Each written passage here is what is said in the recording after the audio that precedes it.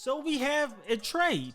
A trade finally went down in the NBA. We heard about this last night, but it became official today. Pascal Siakam moving from Toronto and going to the Indiana Pacers. Now, we're going to break down exactly what is moving in the trade, and then I will give you guys my reaction, my feedback to what I think this means for both teams and what I think this means for future transactional moves to happen between the two ball clubs. Now, officially, what we have right now is the Pacers are receiving Pascal Siakam and a second-round draft pick. As of recording this, I'm not sure what year that second-round draft pick is. I would assume this year, but I am not sure as of recording this.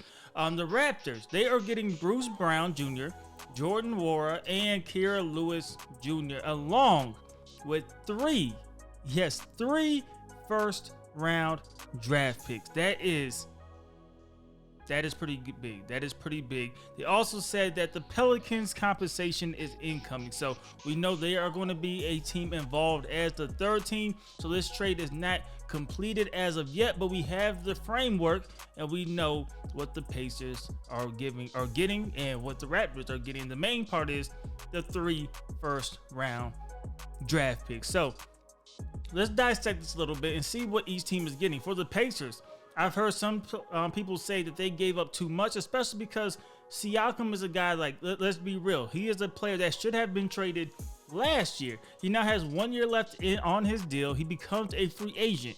Just a few days ago, there were reports saying that Pascal Siakam is telling teams that he intends to become a free agent. He will really only re-sign with the Toronto Raptors. Now, was that a bluff? Was that trying to gain leverage in a trade?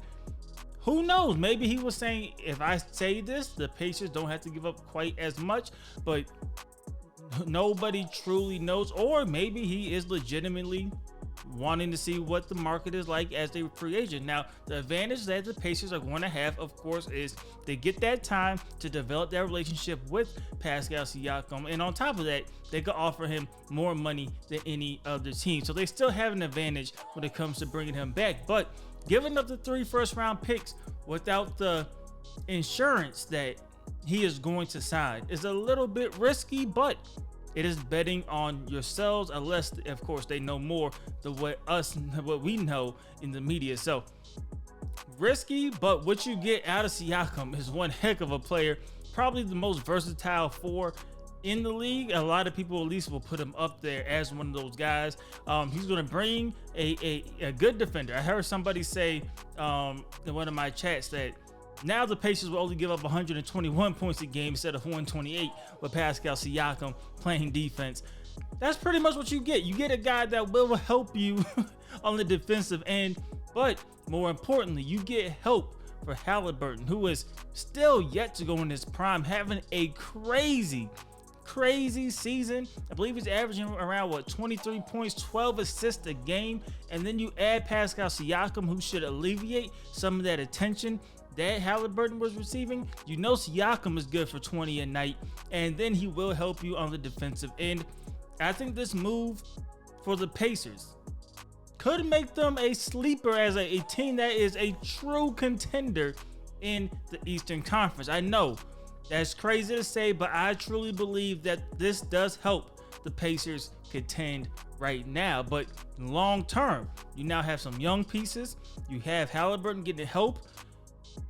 I think this is great for them. And really, you give it the 3 first-round picks. It sounds like a lot on paper, but you have to remember, these are expected, right? Because you never know what's going to happen, but you expect these 3 first-round picks not to be lottery picks anyway.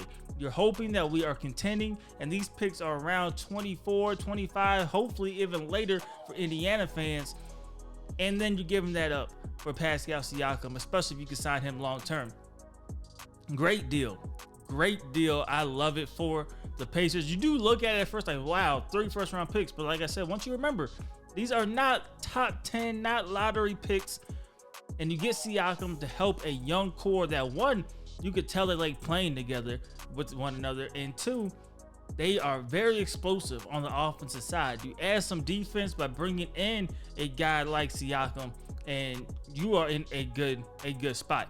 Now for Toronto, what do you get for Toronto? Of course, Toronto is going through a rebuild of their own. They moved OG Anunoby. Instead of getting assets, they got young pieces. And people thought that was an okay trade. I love the trade. I thought it was a great deal for Toronto.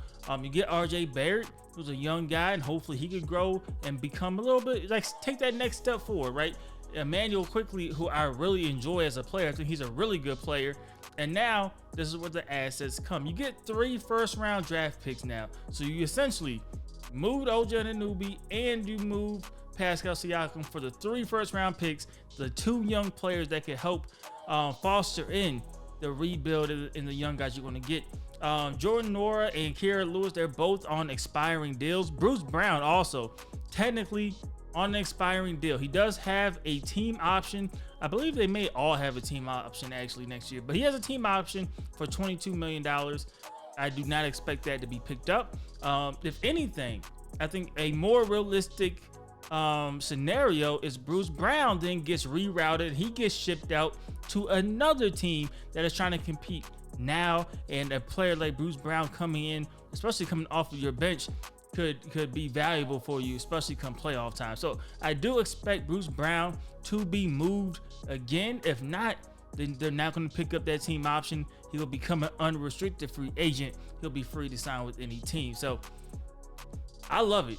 I think this is a home run deal, blockbuster deal, but a home run deal for the Pacers. You add Siakam to that young core, man.